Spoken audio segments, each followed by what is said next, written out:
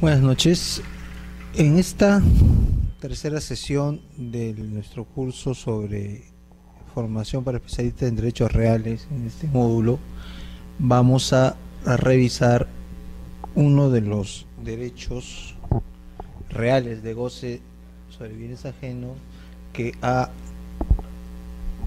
tenido un mayor auge y desarrollo en nuestro país, cual viene a ser es el llamado derecho de superficie.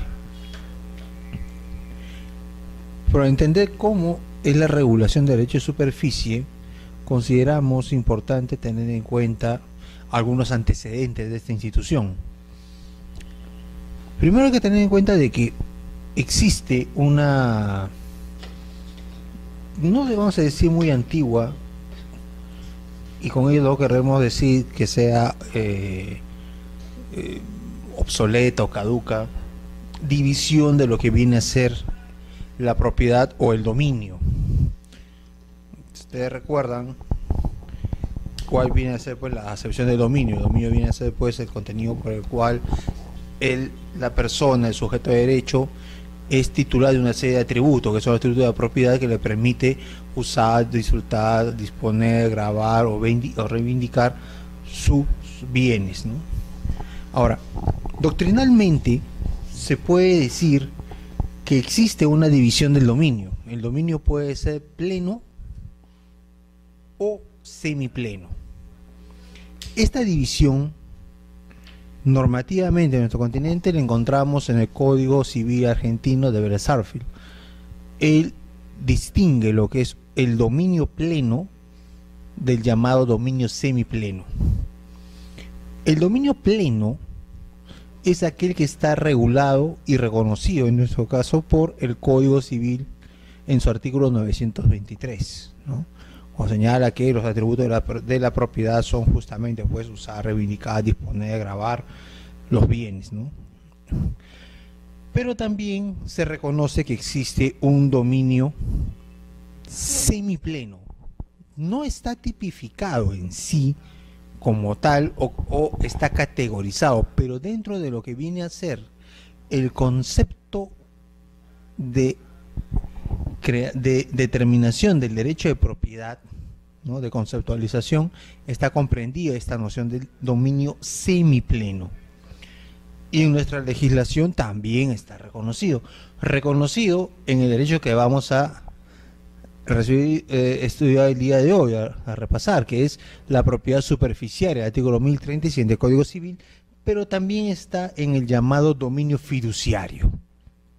Dominio fiduciario que está regulado en el artículo 241 de la ley 26.702, que viene a ser la ley de banca, ¿no? Nuestra actual ley de banca es la que regula este dominio fiduciario. ¿Qué es el dominio fiduciario? ¿Qué es la fiducia?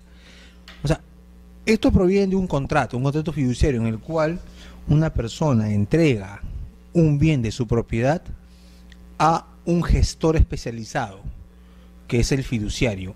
Según esta ley, solamente fiduciarios, ¿quiénes puede ser? Un banco, una entidad bancaria. Anteriormente, este fiduciario podía ser una persona especializada en lo que era el negocio de fiducia, de fideicomiso. En este supuesto de fideicomiso, los bancos habían creado sus respectivas empresas fiduciarias. ¿Por qué? Porque el inmueble o los bienes en general que formaban parte de este fideicomiso, de este patrimonio fideicometido, estaban sujetos a un régimen especial contable, de gestión y de cobranza, de tal manera que ellos habían sido separados del patrimonio del propietario para los efectos de que cumpla con sus obligaciones. ¿Y por qué se llama a esto un dominio semipleno o una manifestación de dominio semipleno? ¿Por qué? Porque el fiduciario tiene la potestad, la facultad de disponer o gravar los bienes que son objeto del fideicomiso, del patrimonio fideicometido. Él puede disponer, grabar, es decir, puede venderlos, puede hipotecarlos, puede darlos en garantía. constituye pues una de las manifestaciones también de lo que es un patrimonio autónomo, ¿no? Entonces, este dominio que tiene el fiduciario está vigente durante la vigencia pues del contrato de fideicomiso, ¿no? Entonces, esto es lo relevante. Entonces, estas son manifestaciones de propiedad imperfecta. ¿Por qué? Porque el dominio fiduciario está sujeto a un plazo y también a condiciones. El ejercicio de, por ejemplo, de derecho de disposición o de gravamen puede estar establecido en el contrato, en el acto constitutivo, en el contrato de fideicomiso. Puede estar establecido.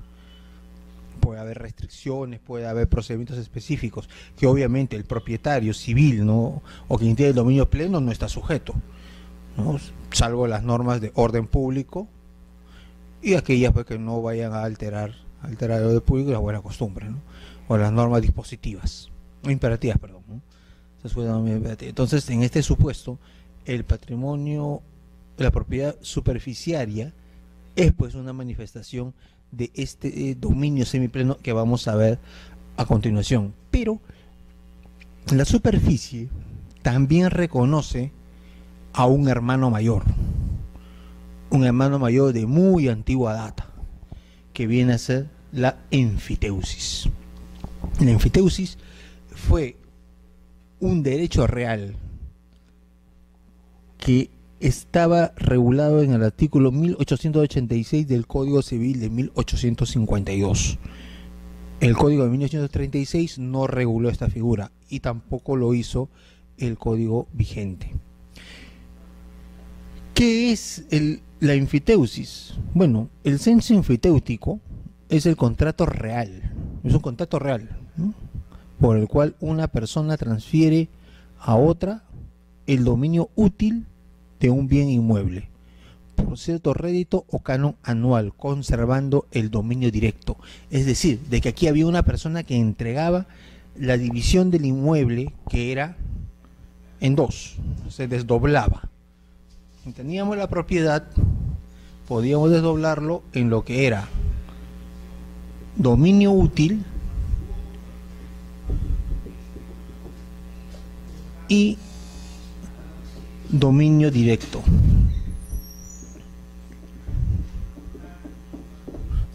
¿Qué significaba el dominio útil? El dominio útil era aquella parte de la propiedad o eran aquellos atributos, aquellas facultades que justamente permitían la explotación del bien, el poder hacer uso y disfrute de la cosa.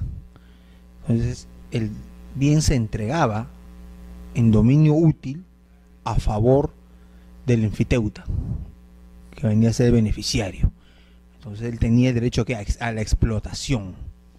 Ahora, hay que tener en cuenta de que dentro de la mecánica del Código de 1852 existió pues lo que eran los contratos reales, ¿no? O sea, había los contratos reales, contratos formales y contratos consensuales. Una antigua, si recordamos nuestra clasificación de los actos jurídicos y de los contratos, recordaremos pues que existe pues una de las clasificaciones antiguas era justamente la división del contrato en contrato real, contrato formal y contrato consensual, ¿no? Contrato formal, casi siempre la donación, porque tiene que ser por escritura pública, o la sociedad. Contrato consensual, aquel que bastaba el acuerdo de las partes, ¿cuál? La compra-venta, típicamente, ¿no? Entonces, esta forma de contrato era el contrato real, ¿no? Y este contrato real estaba dentro, regulaba lo que era la enfiteusis.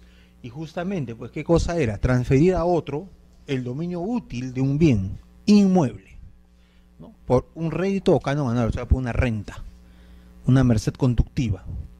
Pero se conservaba, ¿cuál? El dominio directo, lo que habíamos hablado en clases anteriores, la nuda propiedad, ¿no? Entonces, este desdoblamiento de la propiedad se podía hacer por un plazo, y el plazo estaba establecido normalmente en vidas.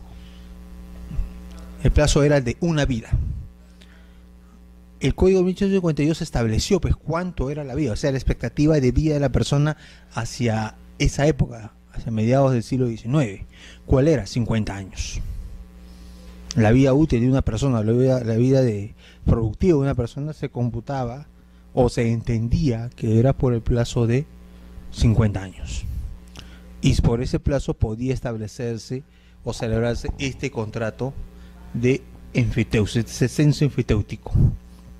¿Por qué el censo enfitéutico? Porque te daba la posibilidad de obtener una renta, una ventaja, ¿no? Un rédito, que en este caso era anual. Era anual. Entonces, este es el hermano mayor de lo que viene a ser la superficie. Y hay que tener en cuenta que los romanistas han señalado pues de que tanto la enfiteusis como la superficie ya existían en Roma. Existía pues una regulación de estas figuras. Estos dos institutos ya existían, superficie y enfiteusis, ¿no? Pero la enfiteusis siempre entendida como el hermano mayor, ¿no? Ahora entraremos a ver pues qué es el derecho de superficie, cuál es la definición legal. Y esta está contenida pues en el artículo 1030 de nuestro Código Civil vigente. El Código Civil establece que la superficie es aquel derecho que se constituye por el superficiario, que es el propietario, ¿no? ¿A favor de cuál? El propietario, ¿a favor de quién? Del superficiario, ¿no? ¿Y cuál es la principal característica? Es la facultad de tener temporalmente una construcción en propiedad separada sobre o bajo la superficie del suelo. Es pues un derecho que se establece sobre un inmueble. Eso es lo que tenemos que tener en cuenta. Siempre va a ser un inmueble. Y va a permitir gozar la facultad de tener, obviamente en propiedad, una construcción en propiedad separada sobre o bajo la superficie del suelo. O sea, nosotros recordamos qué es lo que viene a ser el suelo. ¿Qué es el suelo? El suelo viene a ser pues el elemento natural que es la corteza externa de este planeta llamado Tierra. Eso viene a ser el suelo. Es esa parte de la corteza, esa parte externa de la corteza, de la superficie del planeta Tierra. Cuando el suelo adquiere relevancia jurídica. El suelo adquiere relevancia jurídica cuando hablamos de lo que viene a ser el predio. ¿Por qué? Porque el predio, definido en nuestra normativa, en nuestra legislación en general, viene a ser ¿qué cosa? La delimitación poligonal de la superficie terrestre, de un área, de un ámbito de la superficie terrestre respecto del cual se ejercen derechos reales. O sea, es esa delimitación, ¿no? O sea, el suelo es el elemento natural, es el elemento de la naturaleza. Pero el predio es justamente esa demarcación específica, ¿no? Delimitada por una poligonal, o sea, encerrada dentro de un perímetro. Y esa extensión dentro de ese perímetro es objeto de ¿qué? De derechos reales.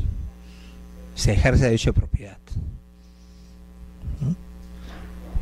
En este caso, la superficie parte del hecho de que manifiesta una de las formas en las cuales este derecho de propiedad va a ejercerse. Se va a ejercer. ¿Y cuál va a ser?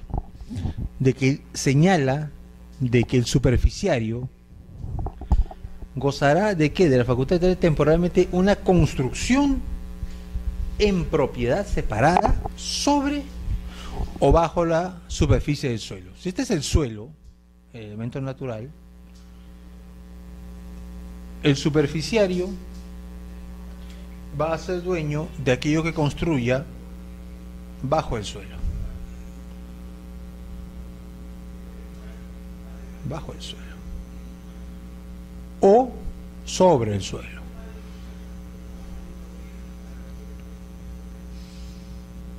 Esto es lo que viene a ser la superficie. La superficie le da al superficiario la posibilidad de hacer suya en propiedad la cual haya construido sobre el suelo entendido como superficie o parte de la corteza terrestre, o bajo ese mismo suelo. Pero siempre partimos de ¿qué? De que aquí es innato el concepto de ¿qué? De predio, porque solamente cuando existen predios podemos hablar de derechos reales sobre los cuales se va a ejercer esto, ¿no? O sea, el derecho de ejercer sobre los predios, ¿no? Es el elemento sobre el cual va a recaer. Este derecho no puede durar más de 99 años. Es un plazo establecido por ley, 99 años, no excede, no puede exceder más. ¿Por qué 99 años?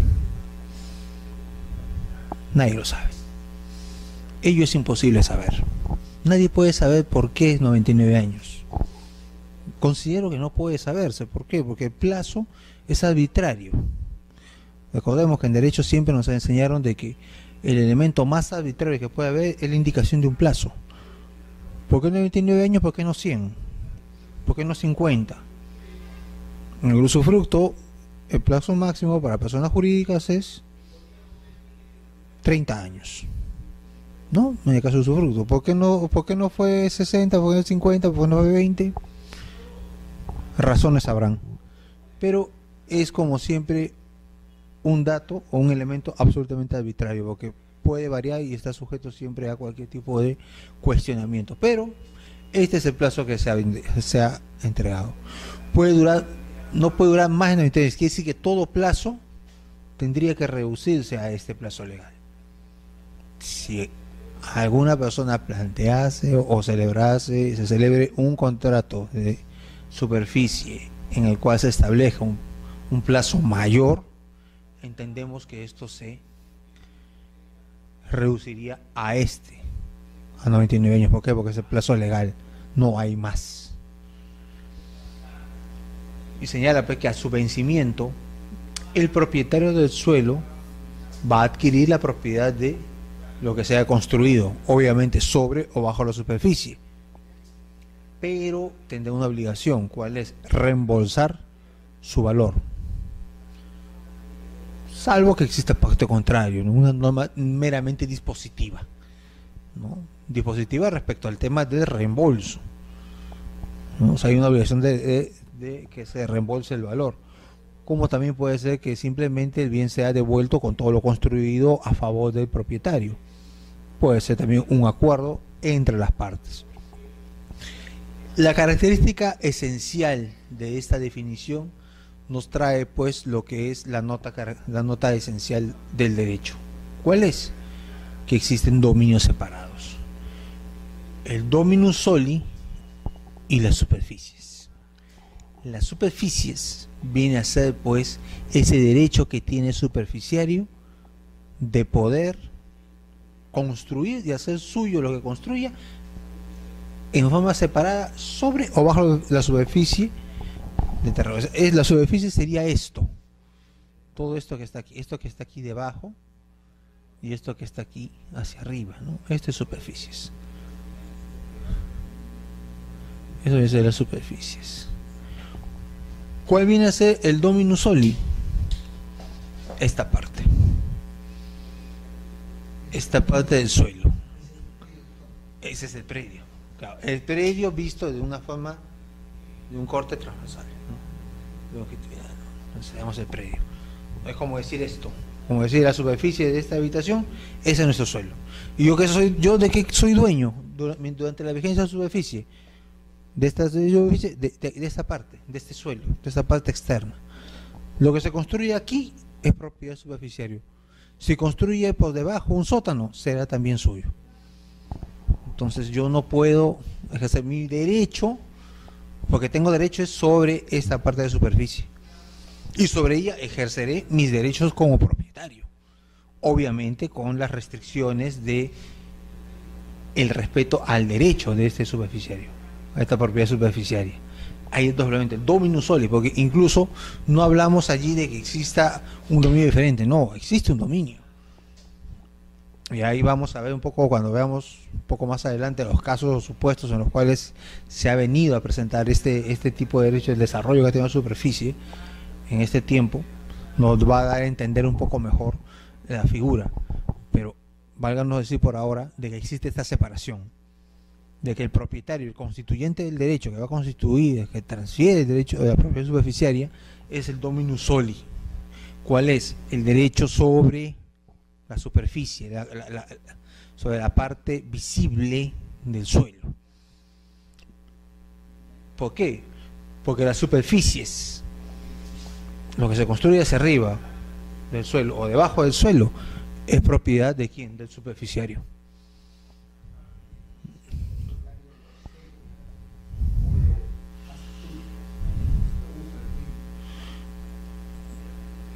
No, como...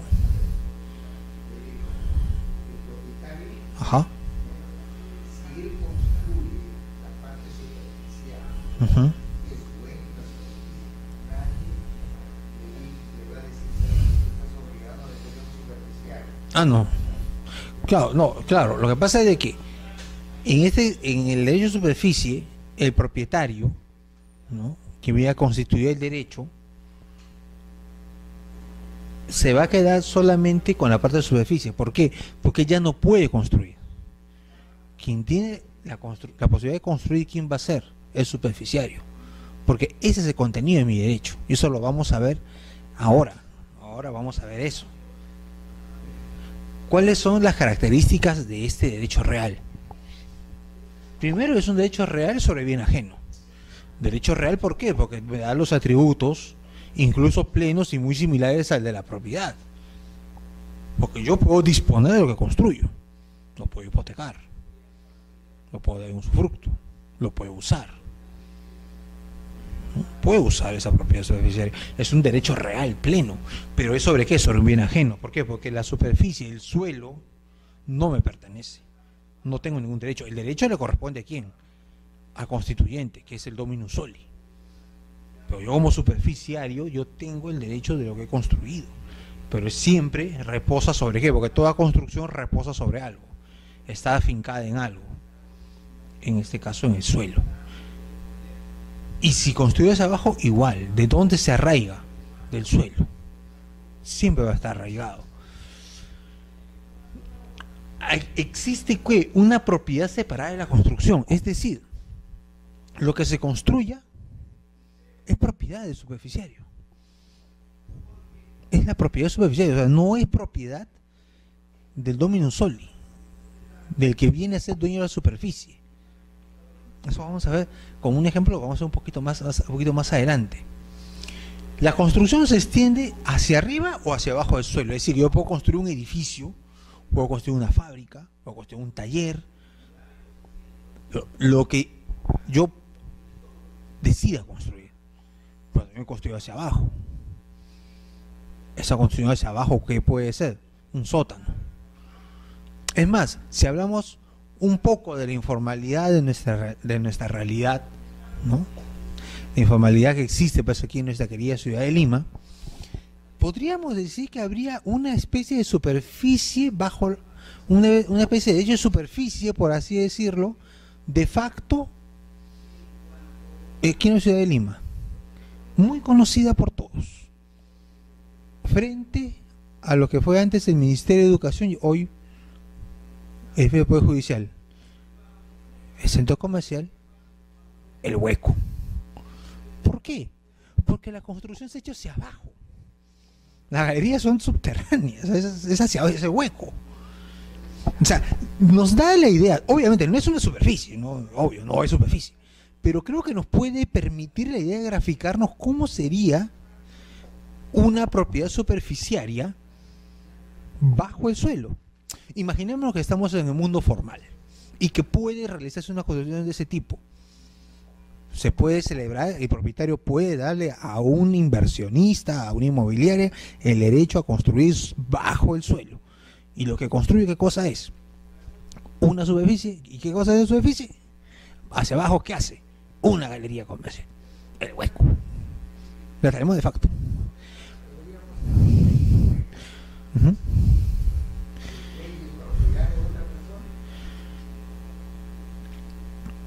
Sí, si fuera, digamos, si estuviéramos en el mundo formal, la superficie, el suelo, la parte externa, es propiedad, obviamente, del propietario, aunque eso es redundante, ¿no? El dominio corresponde al propietario. Pero lo que él ha cedido, lo que ha transferido, es justamente la posibilidad de construir bajo el suelo, no en el suelo. Hay una línea imaginaria, ¿no? Es como decir la epidermis del predio.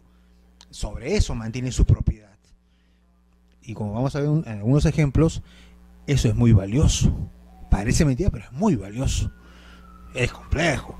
Ahora, si queremos ver un ejemplo de derecho de superficie hacia abajo, para entender la construcción, porque hacia arriba la podemos entender, pero hacia abajo, también la tenemos en una parte de esta ciudad de Lima muy conocida, que viene a ser un óvalo que intersecciona a los distritos de San Isidro y Miraflores.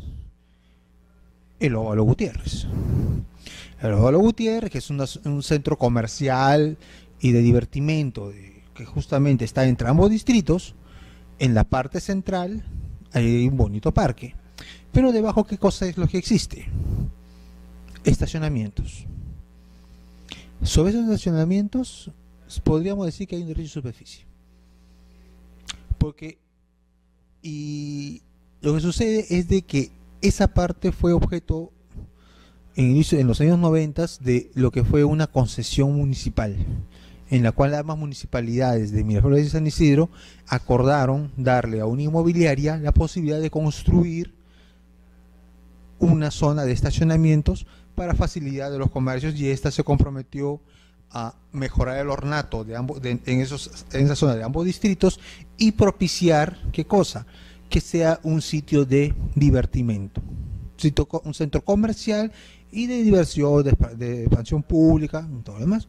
Y por ello es de que esa inmobiliaria gestionó para que hubieran los centros comerciales y los locales que están, y restaurantes. Está también ahí un multicine, ¿no? Hay un multicine, hay un edificio multicine, que se benefician justamente los usuarios de ¿qué? De tener un estacionamiento a la mano. ¿Y dónde está ese estacionamiento? Debajo del óvalo. Y ahí se constituyó pues un derecho de superficie.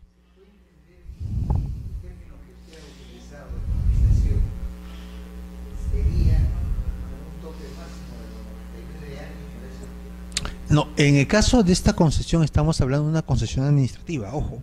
Lo que sucede es que la concesión, como bien sabemos, tiene una vertiente en el ámbito del derecho mercantil y otro en el ámbito del derecho público.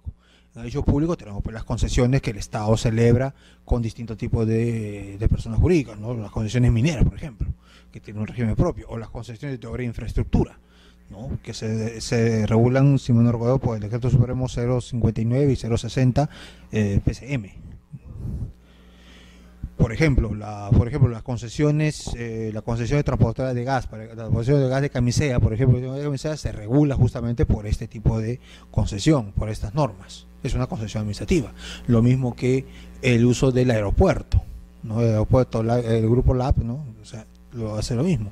Lo que pasa es que en este caso de Miraflores y San Isidro fue una concesión administrativa porque existió o se dio en ese tiempo, la Municipalidad de Lima aprobó una ordenanza que regulaba las concesiones municipales. Es una ordenanza, ¿no? O sea, su ordenanza en la cual se hizo dentro de ese marco normativo se llevó a cabo esta concesión, ¿no? Pero a lo que nosotros queremos hacer referencia justamente al efecto que constituyó qué cosa, o puede haber constituido, obviamente no directamente, pero sí nos da a entender lo que vendría a ser una concesión hacia abajo del suelo, ¿no? En este caso pues un estacionamiento, ¿no? Esa es otra característica. La constitución, claro, si es sobre la superficie podemos entenderla con mucha facilidad, pero un poco queríamos era ponerle el énfasis en cómo sería una concesión hacia abajo, ¿no? Es temporal, está sujeta a un plazo máximo, entendemos, de lo que se desprende de la norma, que es el 99 años, o en todo caso puede ser un plazo menor establecido por las partes, ¿no? Puede pactarse, no hay ningún problema. Una característica esencial, que es un derecho enajenable y transmisible. Puede ser vendido, puede transmitirse, o sea, se pueden ejercer los derechos de disposición. Es un derecho de disposición. Eso es lo que diferencia quizás con los demás derechos de goce sobre bienes ajenos. No, acá yo puedo disponerlo. Yo lo puedo disponer sin consulta, ¿no? Es mi propiedad, es propiedad superficial. Algunos incluso en algunos textos se dice propiedad superficial, pero es propiedad. No, es dominio semipleno. Será dominio semipleno el concepto, pero también se puede entender como una propiedad superficiaria. El derecho real, pues, ¿no? Y sobre todo, ¿por qué? Porque a diferencia de los demás derechos, este sí está tutelado, ¿por qué? Por acciones reales. Si alguien quiere perturbar la posesión o quiere arrebatar la posesión de lo que se ha construido sobre bajo la superficie, el superficiario tendrá la posición de ejercer las acciones reales, acciones posesorias, acción reivindicatoria, interdictos. O poder ejercer también la defensa posesoria, ¿no? La defensa de la posesión poder hacerla, que ya ha sido modificada, sabemos, hemos visto ya en la primera, cuando vimos la primera vez, la tremenda modificación que ha habido, ¿no?, en la defensa posesoria. Terrible para mí, porque tantos años de haber estudiado de que la defensa posesoria se basa justamente por el hecho de que yo no puedo recurrir a la fuerza pública, en cambio ahora me dicen, no, tiene que verse la policía o la municipalidad. Y la inmediatez, ¿cómo se da? Bueno, ya ese es un tema que ya se verá en su momento, pero es un tema que va a ser muy interesante cómo se va a desarrollar la legítima defensa posesoria ahora con las actuales reglas. Pero bueno, esto es lo principal que queríamos señalar sobre las características de este derecho de superficie. Y vamos a avanzar. ¿Quiénes son los elementos que intervienen en la superficie? Los elementos de intervención en la superficie, pues, pueden ser los elementos personales que vienen a ser los sujetos de derecho. Primero el constituyente, que es el propietario del predio. Y ojo, decimos predio porque hacemos la salvedad de que es el predio, que es esa delimitación ya del suelo sobre el cual se ejercen derecho de propiedad y demás derechos reales, ¿no? Es el propietario del predio, es quien va a constituir el derecho. ¿Quién es el beneficiario? El superficiario, el titular de esta propiedad superficiaria, porque es propiedad, es una forma de propiedad, Elementos reales, el suelo, ¿no?, entendido en su acepción de predio. En este caso, el artículo 1032 del Código Civil nos señala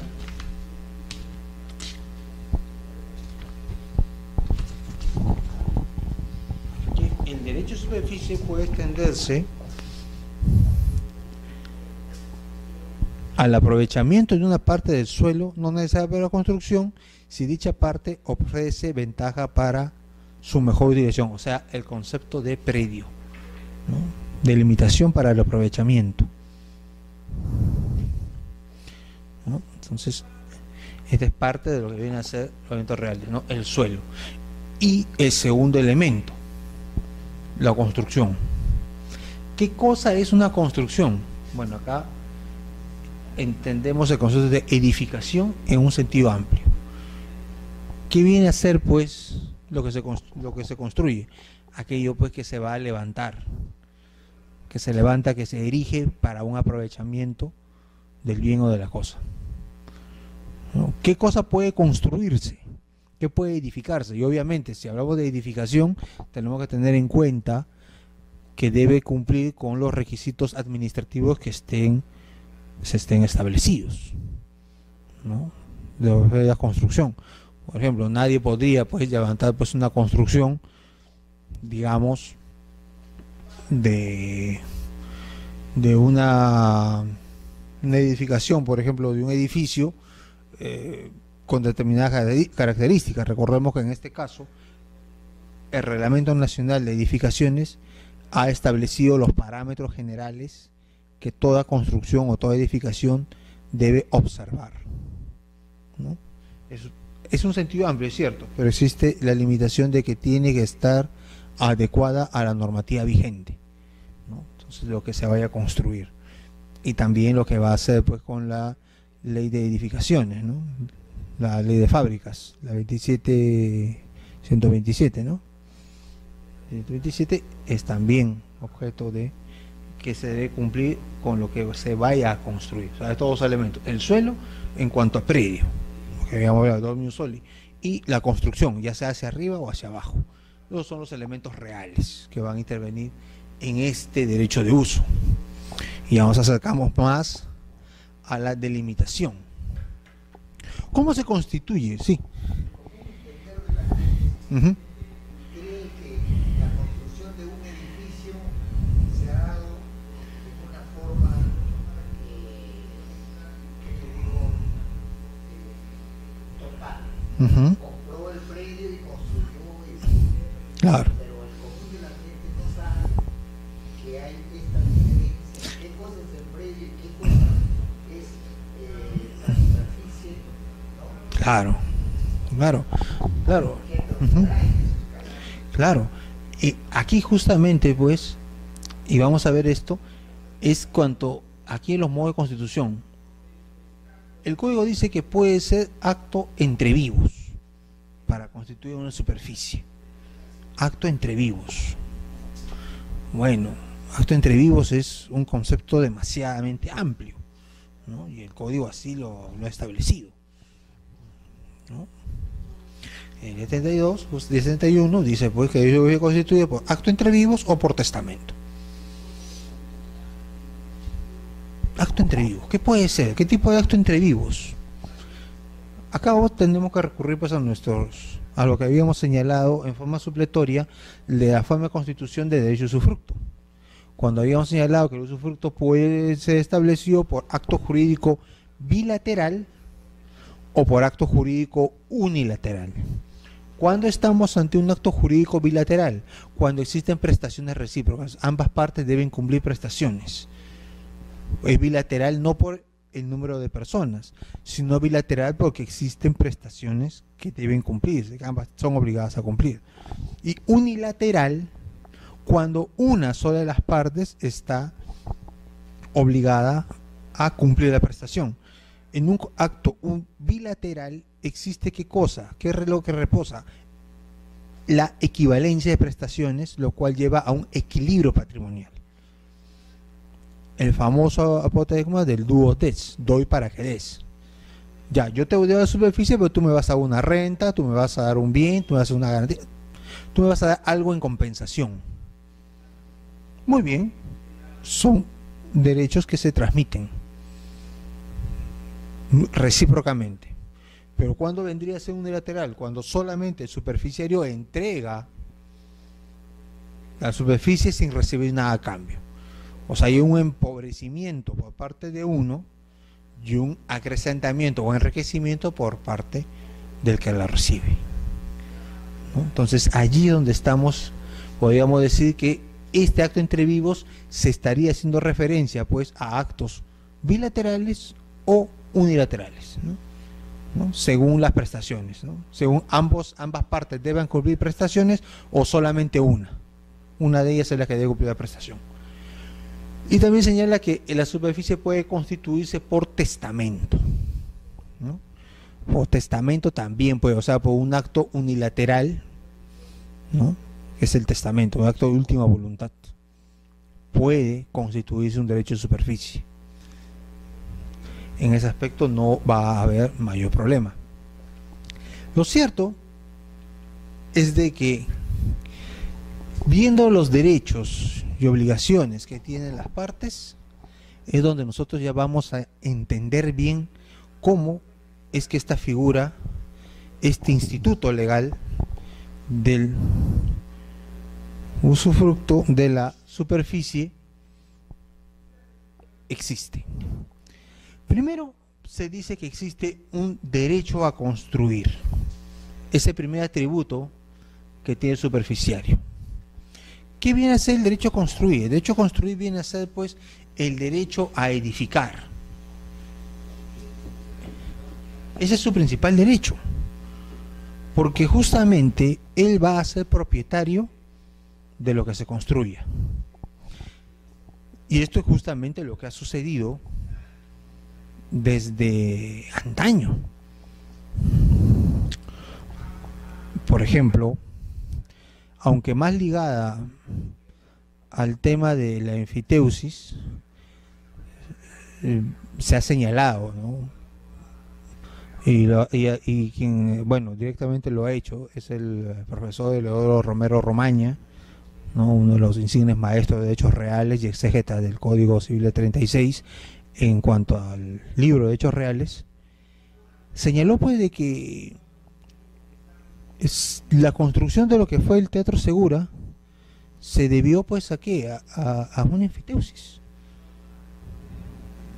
Una enfiteusis, que fue un terreno cedido a una empresa que construyó el Teatro Segura, y existió en lo que actualmente es el Parque de la Exposición, en lo que antes se llamó el restaurante del Parque Zoológico, que ese fue un derecho de superficie de los más antiguos que se recuerda en Lima, en la cual pues se dio por un plazo determinado a una familia, a una persona, la posibilidad de construir un restaurante en donde antes funcionaba el Zoológico de Lima, lo que se señala, y construye ese restaurante, y ese restaurante era de su propiedad, hecha sobre terrenos de la municipalidad, y que le permitía explotar pues ese negocio, y él había llevado a cabo la construcción.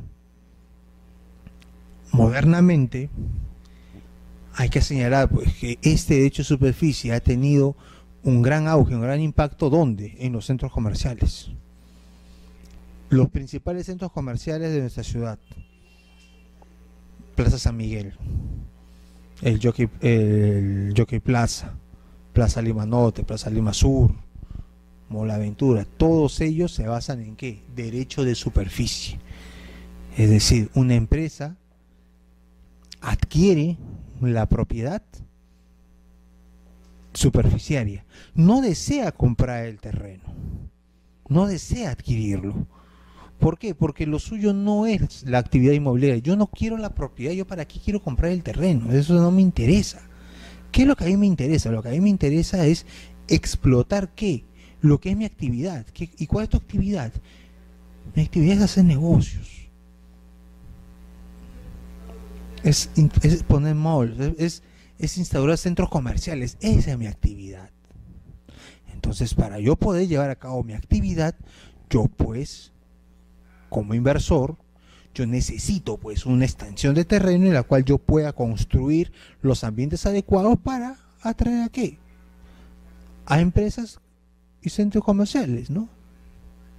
A distintas tiendas de productos, marcas, para que vendan sus productos. ¿Por qué? Porque este mercado me resulta atractivo, ¿no? El mercado me resulta atractivo, entonces es bueno que existan centros comerciales en ese supuesto. Pero yo no necesito comprar un terreno.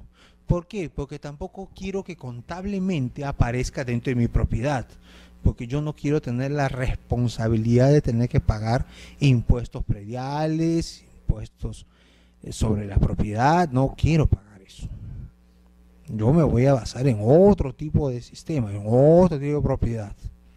¿Y cuál va a ser? Superficie. Entonces yo voy a contratar con los propietarios para que me entreguen ¿qué? El derecho de superficie. Entonces, para yo poder ¿qué? Construir sobre el suelo, construir mis centros comerciales. Y es lo que se ha hecho, ¿no? Es lo que se ha hecho. Es una jugada tributaria, es una jugada comercial, es una jugada también adecuada al objeto de la sociedad, porque la sociedad no se quiere dedicar ¿a qué? A comprar inmuebles, porque no es una empresa inmobiliaria. Yo no necesito eso. Yo lo que necesito, ¿qué cosa es justamente establecer un centro comercial. Pero yo para tener un centro comercial, ¿qué necesito? La infraestructura. Y eso es lo que yo obtengo, infraestructura. O sea, no es porque yo necesite ser propietario del terreno, no lo necesito. Lo que yo necesito es simplemente esto. Claro, es una jugada tributaria también, ¿por qué? Porque finalmente yo no tengo por qué sobrecargarme con costos que no son de mi competencia. O sea, yo no soy una inmobiliaria. No, yo no, claro, él no paga de prioridad, pero si paga otros derechos de prioridad, ¿por qué? Por lo construido. Si paga impuestos de prioridad, ¿por qué? Por la construcción. Pero no por el suelo. Claro, eso es lo que él no quiere. ¿Por qué? Porque no le interesa. Claro, no es de que sea un evasor, no, sino que simplemente está necesitando que el sistema jurídico responda a sus exigencias. Lo que habíamos dicho desde nuestra primera clase, ¿cuál es la razón de ser de un sistema de derechos reales? Facilitar o favorecer el aprovechamiento máximo de los recursos. ¿Legalmente puede establecerse este tipo de figuras? Sí. Por supuesto que sí. Es igual que, por ejemplo, que los novios cuando van a contraer matrimonio tienen dos opciones. O compran su ropa que van a utilizar de la ceremonia, o también pueden alquilarla. Dependerá de ellos, sobre todo quizás en el ajuar de la novia, que siempre es costoso. Dependerá si la novia quiere comprarse el vestido, lo que va a significar el costo, y solamente para una sola vez, se supone, una sola vez. Pero, ¿qué sentido tiene comprar un ajuar de novia que puede estar alrededor de los, no sé, de los 500 soles hasta los miles de dólares para usarlo solo una vez? Porque no lo va a poder usar más. Entonces uno diría, entonces económicamente, ¿qué me resulta más? ¿Comprarlo o alquilarlo? Tal vez para uno sea alquilarlo, para otro quizás el sentido sentimental sea también importante y prefiere comprarlo, por una cuestión sentimental, pero eso ya es una cuestión de decisión, y ambas son válidas. En este supuesto, el superficial lo que quiere, ¿qué cosa? Derecho a construir. ¿Por qué? Porque necesita satisfacción, él necesita llevar a cabo una actividad económica, en la cual él no necesita ser propietario del suelo, del terreno, no necesita ser propietario, lo que le basta que es tener que el derecho a construir. No. Ah, bueno, eso fue fue de las primeras operaciones. El parcelamiento que hubo, fue tremendo, ¿no? O sea, es un tema, evidentemente que ha habido ahí mucha negociación, definitivamente. Ahora también justamente era ¿qué? Responder a qué, a una necesidad en este caso del mercado. O sea, hay una inversión que se quiere realizar, el sistema puede responder, hay figuras, hay estatutos legales, apliquémoslos, ¿no? Entonces nuestro sistema ha permitido que se pueda llevar a cabo, y esa misma experiencia se ha replicado, ¿no? Se ha replicado, y surgen los centros comerciales. Los centros comerciales surgen, ¿no? Y ya no solo aquí en la ciudad, sino también en provincias, y también un auge muy grande de negocios, y todo se basa en ¿qué? Superficie. Y eso llama, pues, no solamente superficie, porque no solamente en estos centros comerciales se utiliza el superficie, no, también se utiliza otras figuras, fideicomiso también. También hay casos de fideicomisos que están allí. ¿Qué más? Leasing, el arrendamiento financiero, el leaseback, ¿no? El arrendamiento financiero, el leasing, leaseback, fideicomiso, ¿no? O sea, se utiliza mucho de este tipo de contratos, ¿no? Se usa mucho. ¿Por qué? Por la rapidez, la velocidad que se necesita, y sobre todo, ¿por qué? Porque los que desean lo hacen con una intención de ¿qué? De inversión. Entonces no necesitan ser propietarios. ¿Para qué voy a cargar en mis activos la propiedad de un terreno? Que yo no lo quiero. Yo no quiero el terreno, yo quiero la explotación para el terreno. Entonces, la gran figura, superficie. A ella vamos, por ella. Entonces, adquieren este hecho de construir y se levantan los centros comerciales. Y todo sobre esa base, ¿no?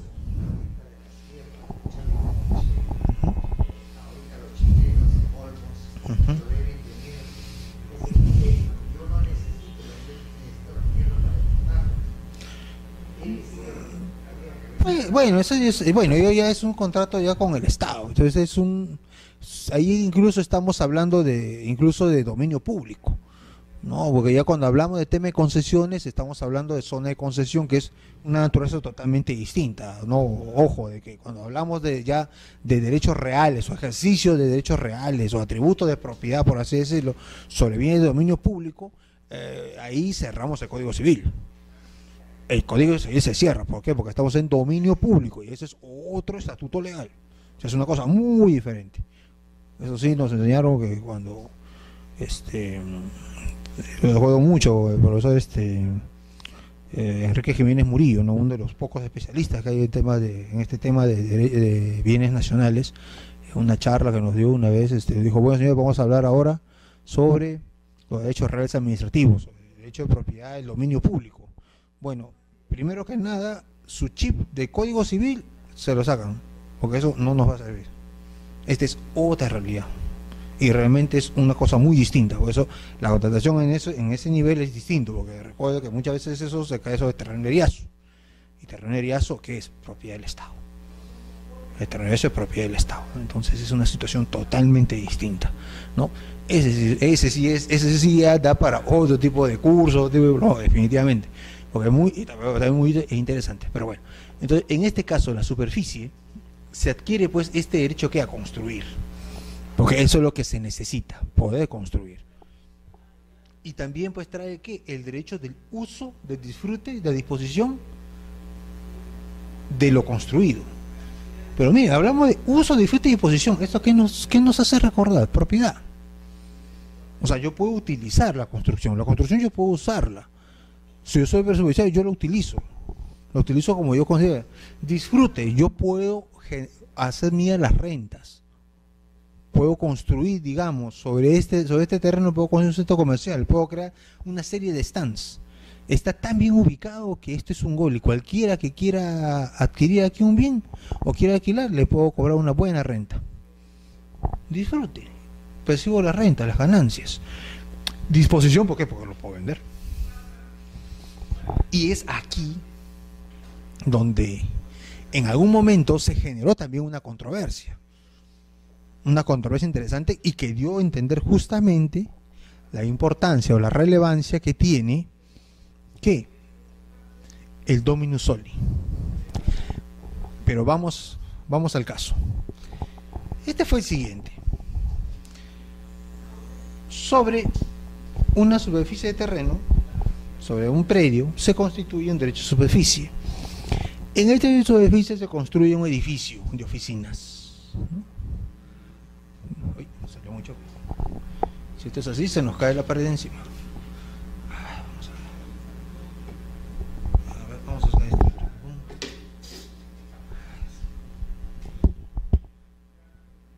Ahí está. Se construye un edificio de oficinas, ¿no? Está, sus ventanitas, qué bonito. Y también se construye su sótano, ¿no? El sótano acá de 2 niveles. ¿Para qué? Para estacionamientos, ¿no? Se hace acá las áreas de estacionamientos de este edificio con 2 sótanos. Bueno, este edificio pues se construye, y evidentemente, como es un edificio de oficinas, ubicado en una zona estratégica comercial, determina pues que tenga gran interés en que existan pues gente interesada en adquirir los bienes, en comprarlos. Claro, este inmueble, para poder ser vendido a las oficinas, tiene que llevarse a cabo ¿qué? El reglamento interno. Después de construir la fábrica hay que hacer un reglamento interno. ¿Para qué? Para proceder a la independización de las unidades inmobiliarias. Y se hizo a cabo la independización. Pero desde ahí se vio un pequeño problema.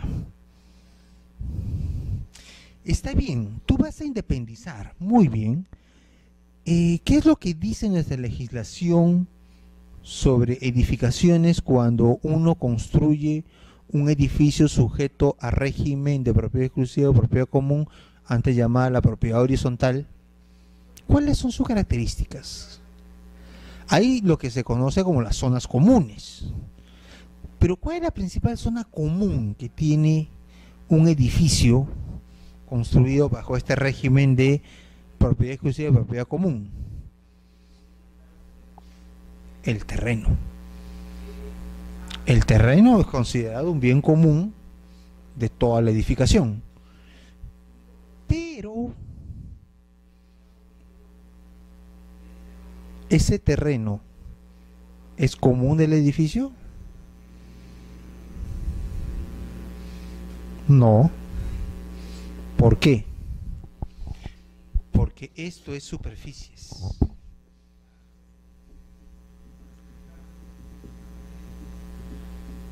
Esto es superficies. Lo que yo construyo sobre y bajo.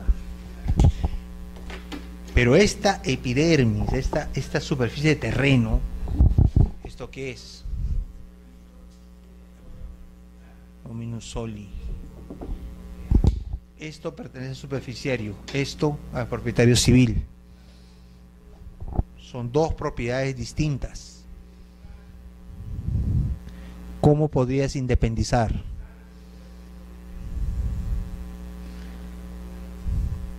La solución la dio el Tribunal Registral. El Tribunal Registral en su momento lo que resolvió es lo siguiente. Muy bien, es cierto de que esta es una superficie. También es cierto que cuando yo constituyo un reglamento interno, uno de los bienes o zonas comunes viene a ser el terreno, que en este caso no es propiedad del dueño de la fábrica, porque es el dueño de la fábrica, lo que se ha construido, pero no de esta línea azul, de esta corteza, de esta pequeña epidermis. Él no es el dueño. Más aún, se supone que la superficie está sujeta ¿a qué? A un plazo de vigencia de 99 años. ¿Qué va a pasar en 99 años cuando este contrato de superficie se desaparezca? ¿Qué pasaría? ¿Cuál fue la solución que se pudo dar? La solución que se dio es la siguiente: que en los contratos de transferencia de las unidades que constituían este edificio construido sobre y bajo la superficie, tenía que tener la intervención ¿de quién? Del propietario del dominus soli, del propietario civil. ¿Para qué? Para que él venda la porción en acciones y derechos del terreno que le correspondería a cada departamento. Una solución inteligente. El Tribunal Registral expidió pues una resolución en ese sentido. Puede venderse, sí, pero que intervenga el dominus soli vendiendo la parte de acciones y derechos que le correspondería a cada una de estas unidades. Si lo hace, no hay ningún problema. Una forma de poder solucionar obviamente un vacío legal. Intervienen todos: el comprador, obviamente, el vendedor superficiario, con intervención ¿de quién? Del nuevo propietario, por así decirlo, aunque no es nuevo propietario, sino del dominus soli. Si el dominus soli es propietario del edificio. Ah, no, él vende todo, pues. Claro, él vende todo. Lo que pasa es que la idea es que si fuera dueño de todo, si uno es dueño de todo, de lo construido sobre y de suelo, no vende todo y se acabó la historia, no hay más que discutir. Pero ¿qué pasa si estamos en una feria de superficie? Ah, la situación cambia. ¿Por qué? Porque en este caso el dominus soli sigue siendo propietario de este suelo. Y esta superficie puede ser objeto de derechos reales. Puede ser vendida. No puede vender. ¿Puede hipotecarla? También. No hay limitación. Si hay un acreedor que está dispuesto a hacerlo, ¿podría hipotecarse? Sí, podría hipotecarse. Claro, sería un poco extraño tal vez, ¿no? Pero no hay una limitación. Lo que sí tal vez no podría hacer es, por ejemplo, ceder los derechos de uso y disfrute. Constituir un usufructo sería incompatible, porque el usufructo es justamente disfrutar. Pero ¿cómo vas a disfrutar si ha constituido un derecho de superficie? Hay una incompatibilidad con este derecho. ¿Puede venderlo? ¿Puede grabarlo? Sí. ¿Puede ser objeto de un embargo? También. También podría ser objeto de un embargo. Podría. Pero ¿podría haber un derecho de usufructo? Consideramos que no. En este caso consideramos que no podría ser posible porque son incompatibles. Porque para yo ejercer mi derecho de superficie, mi derecho de usufructo, tendría que perturbar el derecho de quién, de superficiario. Y ojo, de que él tiene derecho a qué, a disposición de lo construido. Y es más, la misma norma dice que la superficie, el 1032 dice que la superficie puede extenderse al aprovechamiento de una parte del suelo, no necesaria para la construcción, no necesaria, ojo, no va a ser objeto de la construcción, pero siempre que le ofrezca una ventaja para su mejor utilización. O sea, hay una incompatibilidad, hay una preferencia, hay una incompatibilidad. Hay una incompatibilidad con lo que viene a ser usufructo. No podrían coexistir por la naturaleza misma de los derechos. La coexistencia de una superficie con un usufructo sería, no podría ser dable, ¿no? O sea, con mucha más claridad. Y finalmente, otro derecho que tiene el superficiario, ¿cuál es? El derecho de preferencia y el derecho de retracto. ¿En qué sentido tiene el superficiario la preferencia y el retracto? En el supuesto de que el dominus soli quiera vender el terreno. Si se quiere vender el terreno, y sobre todo en un caso como este, por ejemplo, que hemos planteado, entonces sí es posible que resulte útil para el superficiario tener pues la primera opción de compra del suelo, ¿no? Entonces ahí sí, y tiene pues ese retracto regulado en el artículo 1599 del Código Civil. Sí tiene esa posibilidad de ejercer ese derecho de preferencia y de retracto. Obligación del usufructuario, del superficiario, perdón. Evidentemente se ejecutará la construcción dentro del plazo pactado, ¿no? Dentro de que ese plazo pactado, él está obligado pues a ¿qué? A llevar a cabo la construcción. ¿Qué otra obligación tiene? Si ha sido celebrado por acto jurídico bilateral, está obligado a pagar la renta superficiaria o denominada solarium. Esta renta superficiaria es justamente la contraprestación que él está obligado a pagar por el beneficio de haber adquirido la superficie, ¿no? O sea, un acto jurídico bilateral, ¿no? O sea, ambas partes están obligadas, ¿no? Y finalmente, pues, porque como se trata pues de un bien ajeno, existe pues siempre esta obligación de restituir el bien al vencimiento de plazo.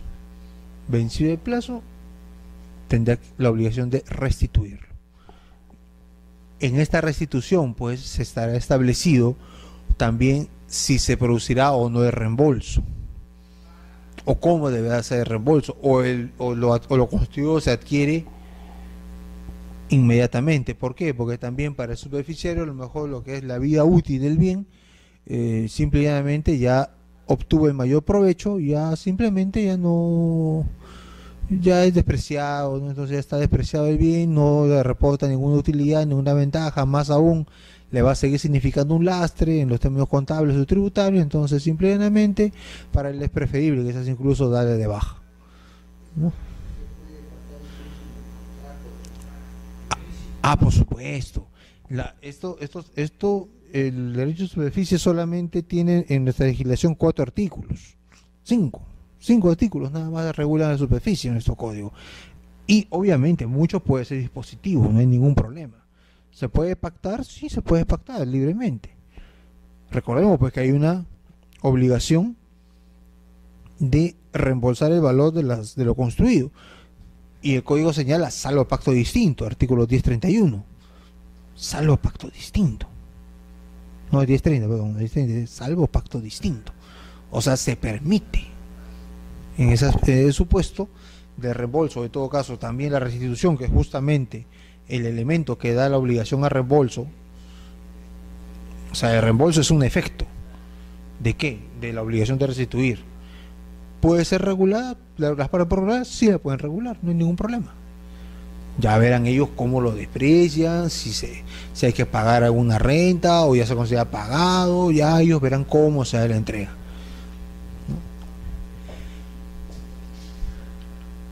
¿Cuáles son las obligaciones, en este caso de superficie, pero ya desde el punto de vista del constituyente?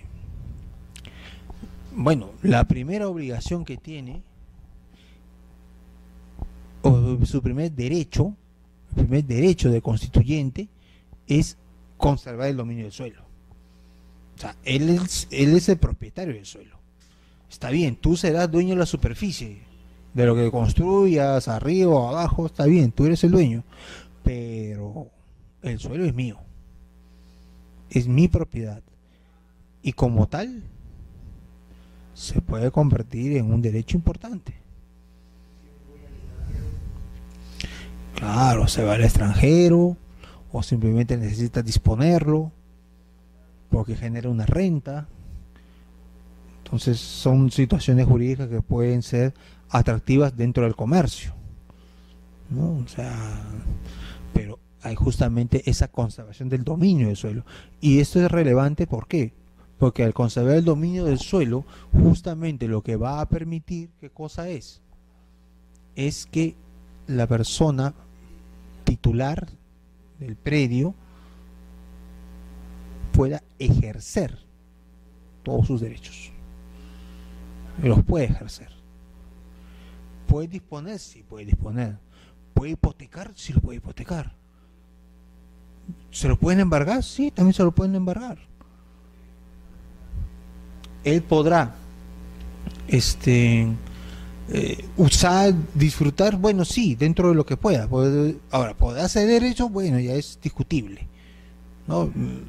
Personalmente creemos de que ya la posibilidad que él pueda ceder o constituir un usufructo, lo repetimos, es muy dudoso desde nuestro punto de vista, porque consideramos que es incompatible por el propio uso. O sea, ¿qué voy a disfrutar si acá hay una construcción?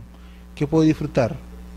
La renta que te está pagando, bueno, sería ahí, pero ya, bueno, podría ser la renta, ¿no? Tal vez, pero bueno. Pero él justamente, pues, su principal derecho es que conserve ese dominio del bien, del suelo. ¿Por qué? Porque conservando ese dominio del suelo, se podrá llevar a cabo, ¿qué? La restitución, la devolución del bien o de lo construido, o la entrega de lo construido a favor de quién, del propietario. Porque necesita tener esa ancla, por así decirlo, está anclado para que se lleve a cabo la restitución. Porque también, si bien es cierto, yo soy dueño de lo construido, no soy dueño del suelo. Y el suelo existe.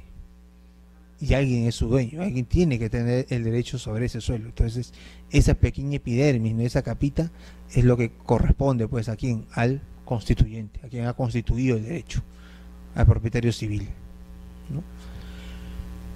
Su segundo derecho, obviamente, percibir la renta, si es que se ha tratado de una constitución por acto jurídico bilateral. Si hace un acto jurídico bilateral, él podrá hacer suyo, ¿qué? La renta del bien, la renta superficial del solario. Él podrá hacer lo suyo, tendrá derecho a exigir ese pago a la renta o a la compensación que se hubiese pactado, porque no solamente va a ser una renta, puede ser algún otro tipo de compensación, ¿no? El derecho que también tiene es adquirir la propiedad, y aquí se entiende justamente por qué es importante que él mantenga la propiedad del suelo, porque si él adquiere lo construido es que vía accesión. ¿Qué es la accesión? En este sentido, la accesión pues viene a ser de que él hace suyo todo lo que se ha arraigado. Recordemos pues que en nuestro Código Civil existe una forma de adquirir la propiedad que es la o la posesión, que es la accesión, la forma de accesión.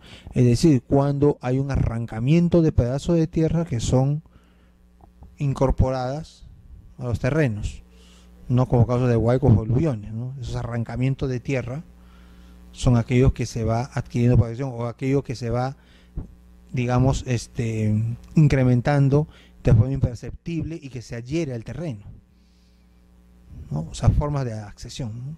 A veces el aluvión, la abulsión, que es cuando es arrancamiento violento, o cuando es imperceptible, que es la accesión propiamente dicha, ¿no? La accesión son aquellos incrementos de tierra que se va dando de una manera imperceptible, pero es algo que se va a arraigar, está arraigado, porque siempre recordemos pues que en el caso de una construcción normalmente se convierte en una parte integrante. ¿Y cómo la hago íntegra y se puede entregar? Porque es dueño del suelo, porque el suelo lo arraiga. Ese arraigo es necesario, y ese arraigo es solamente posible si el que constituye mantiene la propiedad del suelo. Soy dueño del suelo, entonces todo lo que está arraigado me pertenece. Y lo adquirirá la construcción, obviamente teniéndose en cuenta de que si la misma va a ser objeto de reembolso o cómo es la forma en la cual se va a transferir el dominio o el dominio de esa construcción. También tiene como derecho el superficiario, el propietario, el constituyente, derecho de preferencia y retracto. ¿Pero sobre qué? Sobre lo construido. Quiere decir que si el superficiario quiere vender la construcción, la preferencia, ¿quién la debería tener? El dominus soli, el propietario del suelo. Justamente, ¿por qué? Porque es una forma también de que se lleva a cabo, ¿qué cosa? La devolución, la entrega, la restitución. O sea, todo vuelve al su punto de origen. ¿Y cuál es? Al predio. Todo está dentro del predio, entonces todo pertenece al predio. Es otra forma en la cual se lleva a cabo esta forma de restitución, como si fuese una suerte de consolidación, ya sea en un extremo o el otro, pero ambos tienen ese derecho. Y esto nos da a entender pues justamente de que el suelo cumple pues esa característica de arraigo. Si el dominus soli quiere vender, ¿quién puede reclamar la preferencia de la compra? El superficiario. Y si el superficiario quiere vender lo construido arriba o debajo, ¿quién puede exigir o pedir que se le venda el primero? El dominus soli. ¿Para qué? Para que exista ¿qué? La consolidación definitiva del inmueble. ¿Perdón? Bueno, claro, por analogía también.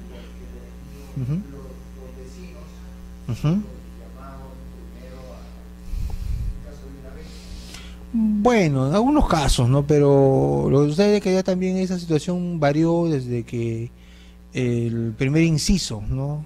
Del 1599 fue derogado, ¿no? Cuando se decía de que el arrendatario era la primera persona que podía pedir retracto para sustituir al comprador, ¿no? Que debió haberse dado el primer ofrecimiento era el arrendatario, ¿no? O sea que era esa antigua data, ¿no? Sobre todo con las normas pues, de las antiguas normas que había de arrendamiento, ¿no? Antes de 709, eso yo me acuerdo mucho, ¿no? Con la promulgación del decreto legislativo 709, cuando ya pues Bogo se puso coto a todo lo que fue la legislación del inquilinato, ¿no? de los años anteriores, ¿no? Todos esos regímenes, ¿no?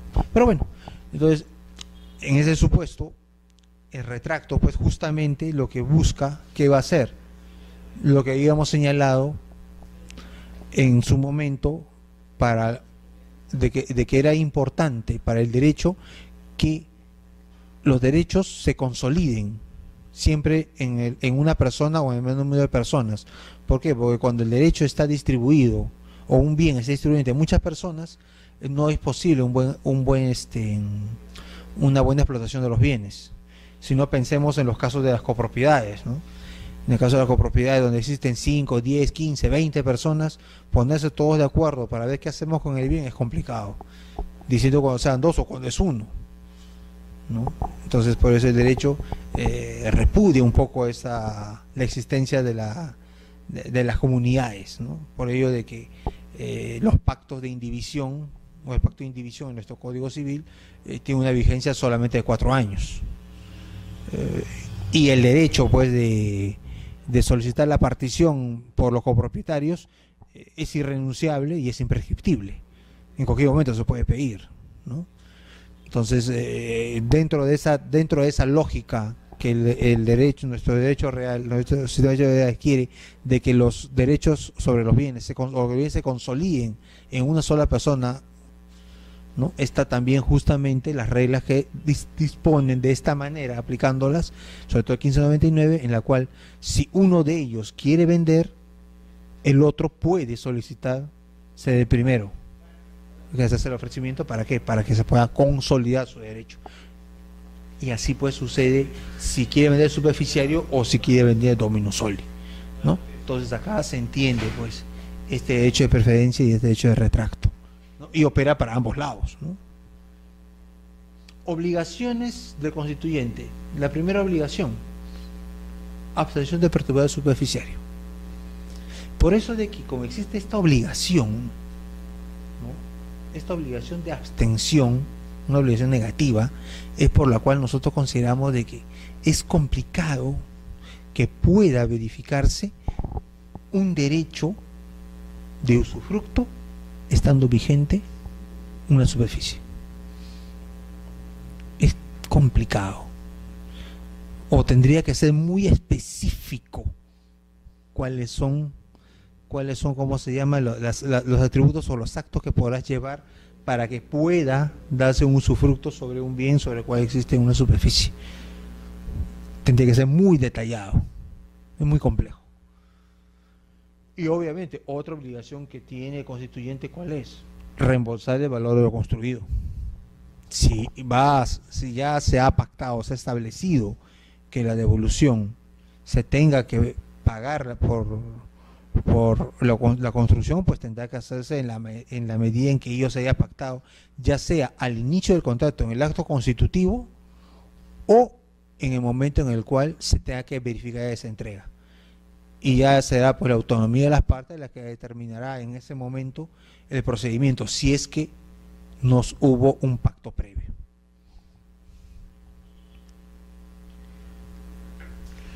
Pero la superficie, como derecho real, también es objeto de ¿qué?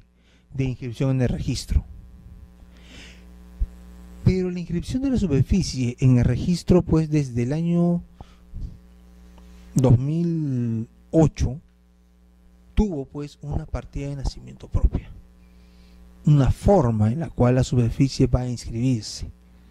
O sea, la inscripción de la superficie ya no... Antaño solamente constituía pues una inscripción en el rubro de cargas y gravámenes de la partida registral del predio sobre el cual se constituía, ¿no? O sea, eso era lo que bastaba. Pero después hubo un cambio sensible, que fue el que cuando se va a inscribir un derecho de superficie, primero debe abrirse una partida especial. O sea, nosotros sabemos o recordamos que la institución de registros públicos en nuestro país se basa o se sustenta en lo que viene a ser el principio del folio real, en la cual se establece que por cada inmueble existe una partida registral, y en esa partida registral se van a inscribir tanto los derechos de dominio o el dominio que existe sobre ese bien y la descripción del predio sobre respecto del cual se van a ejercer los derechos, que en este supuesto, al haberse constituido la superficie, se va a abrir una partida especial indicando pues que sobre el predio se ha constituido un derecho de superficie. Vamos a graficarlo de esta manera. Esta es la partida del predio, ¿no? Este es el predio, ¿no? Este predio puede tener una extensión, digamos, de 1000 metros cuadrados, digamos.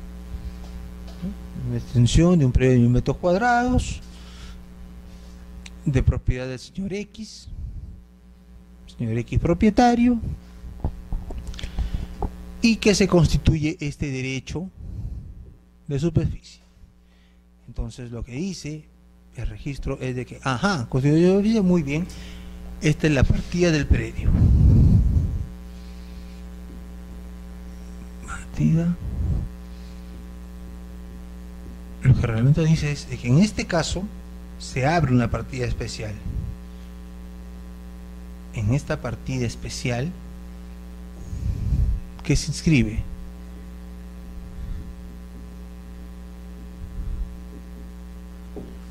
Si acá se inscribe en un rubro que es títulos de dominio,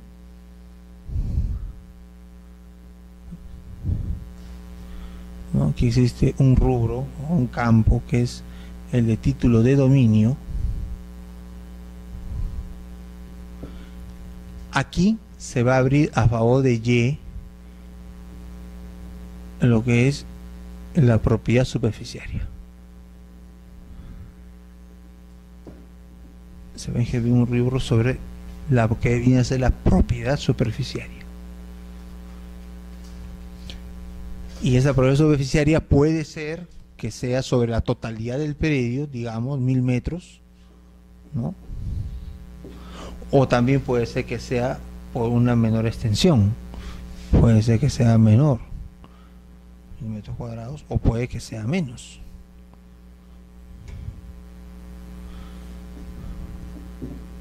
Puede ser que sea, digamos, 500 metros cuadrados, el área que sea. Entonces esto se determina. Pero aquí hay que hacer una correlación. Aquí hay que poner expresamente que esta partida es una partida especial para inscribir el derecho de superficie. Y aquí se hará una correlación, una anotación en la cual se da cuenta de que se ha constituido un derecho de superficie que está inscrito en esa partida. Si esta, digamos, es la partida 500 y esta es la partida, digamos, 7000, se irá el derecho de superficie inscrito en la partida 7000. Se relaciona porque son parte de lo mismo. Entonces, registralmente se abre una nueva partida en la cual se va a inscribir la propiedad superficiaria a favor del superficiario y la descripción del predio o del área que es objeto de este derecho de superficie. Y en esta partida matriz quedará la anotación. Si es por todo, aquí solamente ¿qué es lo que va a quedar? El suelo, nada más. Solo queda el suelo. Porque todo el inmueble se trasladaría a esta partida especial. Entonces, y tiene que indicarse pues también si es que este derecho de superficie recae sobre o bajo el suelo, o si comprende a ambos. Tiene que indicarse expresamente. Tiene que haber también que una identificación plena del titular de la superficie, ya sea persona natural o jurídica, tiene que ser identificado. Y evidentemente el plazo de duración. ¿Cuál es el plazo? El máximo plazo legal, 50 años, 60 años, 10 años, el plazo que ellos se hayan convenido. Tendrá también que ser objeto de publicidad. Y también el traslado de las cargas y gravámenes que hayan sido inscritos en la materia. Si, por ejemplo, aquí teníamos una hipoteca y un embargo inscritos, esta hipoteca y este embargo se trasladan aquí, siguen al bien, porque es una parte, esta es una parte de una separación artificial o en documentos solamente cartular del bien, pero sigue el bien, porque el bien sigue siendo el mismo. Hay que tener en cuenta que esta separación es meramente cartular, Es solo en documentos, porque en la realidad no hay ninguna independización ni nada por el estilo. Esto, por ejemplo, es incluso inverso a lo que sucede en España. Por ejemplo, en España existe lo que es la figura también de la acumulación, la segregación, la división de predios. Por ejemplo, si nosotros queremos hacer una subdivisión de predios aquí, por ejemplo, entre nosotros, ¿qué necesitamos? Una resolución municipal que nos diga que el inmueble ha quedado subdividido o fraccionado de determinada manera. En España no. En España yo mi inmueble lo puedo dividir como yo quiera. ¿Por qué? Porque el inmueble en realidad no lo he tocado, nunca se ha modificado, solamente sirve esa subdivisión, por así decirlo, para efectos registrales. Eso solo vale para el registro y es meramente documental. No hay ninguna intervención de funcionario en ninguno, no. En nosotros sí. Algo similar está pasando aquí, porque yo estoy trasladando este inmueble, lo estoy trasladando aquí, pero es solamente de una forma ideal. ¿Para qué? Para que exista un correcto ordenamiento de qué, de los derechos de uno y de otro. Hemos dicho que este derecho es transferible, hemos dicho que este derecho que es hipotecable. ¿Por qué? Porque si todo estuviera en una sola partida, podría generar confusiones de las titularidades. ¿Quién es el que hipotecó? ¿Quién vendió? ¿El superficiario o el propietario civil? ¿Quién es el que transfirió? Podría y generó en su momento algunas dificultades. Entonces, para poder evitar eso y que cada titular pueda ejercer sus derechos, porque tiene sus derechos completos, es que se estableció la posibilidad de establecerse partidas separadas, pero por un tema de la funcionalidad de los propios derechos. Y eso también se entiende por ello también porque los gravámenes normalmente se van a trasladar, porque el bien sigue siendo el mismo. El fraccionamiento o el traslado es solamente en documentos y solamente en función de ¿qué? Del ejercicio de los derechos que tiene su beneficiario. Pero ojo, aquí se aplica la regla de 1402, creo, del Código Civil, si mal no me acuerdo, que señala que es objeto de venta o de transferencia un bien sujeto a gravamen o embargado. Si yo puedo vender un inmueble con hipoteca y con embargo, y quien me lo adquiere pues con la carga de la hipoteca y el embargo, con igual razón, si se constituye superficie, el superficiario también está sujeto a ¿qué? Al mismo alea de que esta hipoteca y este embargo se trasladen y si fuera el caso que se ejecuten. Y también está en consonancia con el derecho de ¿quién? Del acreedor hipotecario y del demandante, porque ellos demandaron sobre este bien. Y si bien es cierto, registralmente se puede desdoblar o hacer otra inscripción de una partida especial, él no tiene por qué perjudicarse. Su derecho seguirá y perseguirá el bien. Y si el superficiario quiere constituir algún otro gravamen, digamos una hipoteca para financiar la construcción, bueno, pues el banco que le financie sabrá que delante suyo hay otra hipoteca y un embargo, y que tendrán preferencia y prioridad. Entonces el circuito funciona, la publicidad funciona adecuadamente para los agentes económicos. Todos pueden saber bien qué contratan y respecto de qué contratan.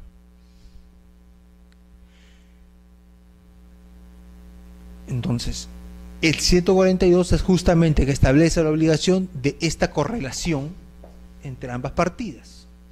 ¿Para qué? Para que se sepa el origen de las mismas. Y finalmente, cuando hablamos de la extinción, aquí tenemos que decir pues que los supuestos que están previstos en los artículos 1032, 1033 y 1034 del Código Civil son bastante incompletos para los efectos de entender en qué supuesto se da la extinción. En 1033, ¿qué dice?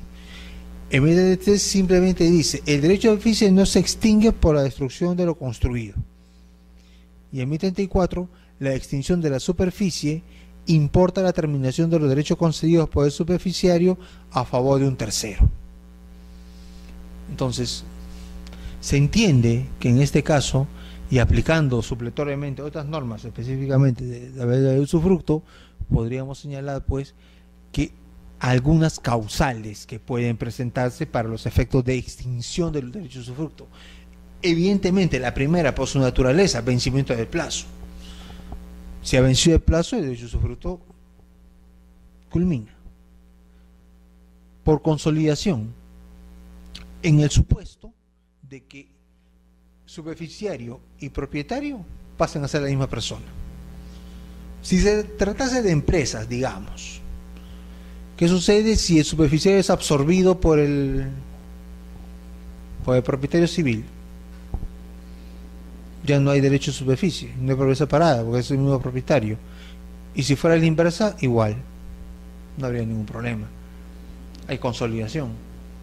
O cuando ha habido la compra, se consolida.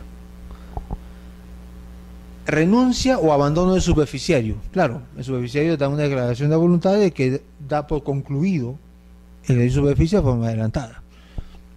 Nulidad o resolución del título, es decir, que hay algún vicio que afecte la validez del contrato que se ha celebrado, o que haya habido una causa externa posterior a la celebración que determine el cese de los efectos, ¿no?, que es la ineficacia, ¿no?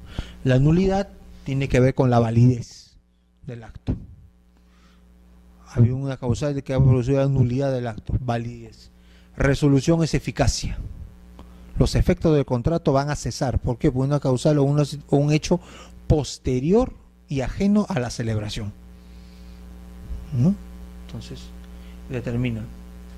Y obviamente, un supuesto que no está regulado, pero que puede darse en la realidad y que se asemejaría a la destrucción, es la inutilización del suelo, ¿no? El caso, digamos, que podríamos citar es lo que pasó, por ejemplo, en este sitio de Nueva Orleans, Estados Unidos, ¿no? Cuando en Nueva Orleans el huracán, el tsunami, pues determinó pues que prácticamente la ciudad quede bajo el agua. Si ello acontece, ¿qué superficie podría subsistir allí?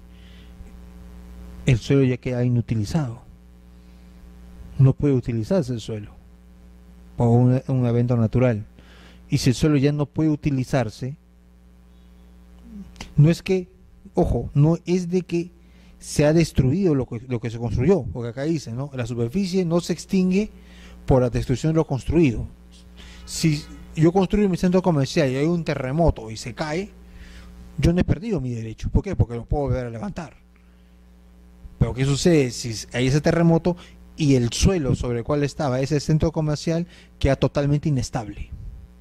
De tal manera que todos los geólogos del mundo van a decir, ¿sabe qué? Sobre ese predio ya no he puesto construir nada, salvo un jardín. Se va a extinguir el derecho. ¿Por qué? Inutilización. No es útil. Ya no puede germinar nada. En este supuesto, cuando hay las partidas, verifica el 143 del reglamento de registro de predios, es de que al extinguirse, esta partida especial se cierra. Esta partida se cierra, se cancela. Y si aquí se dio noticia de que se abrió esta partida, también debe haber noticia de que esta partida se cerró. Y con estos cierres cerramos también nuestra clase por el día de hoy, y el día viernes veremos ya el último de los derechos reales de goce, que es la servidumbre, que también tiene una problemática muy interesante y muy vigente. Gracias, buenas noches.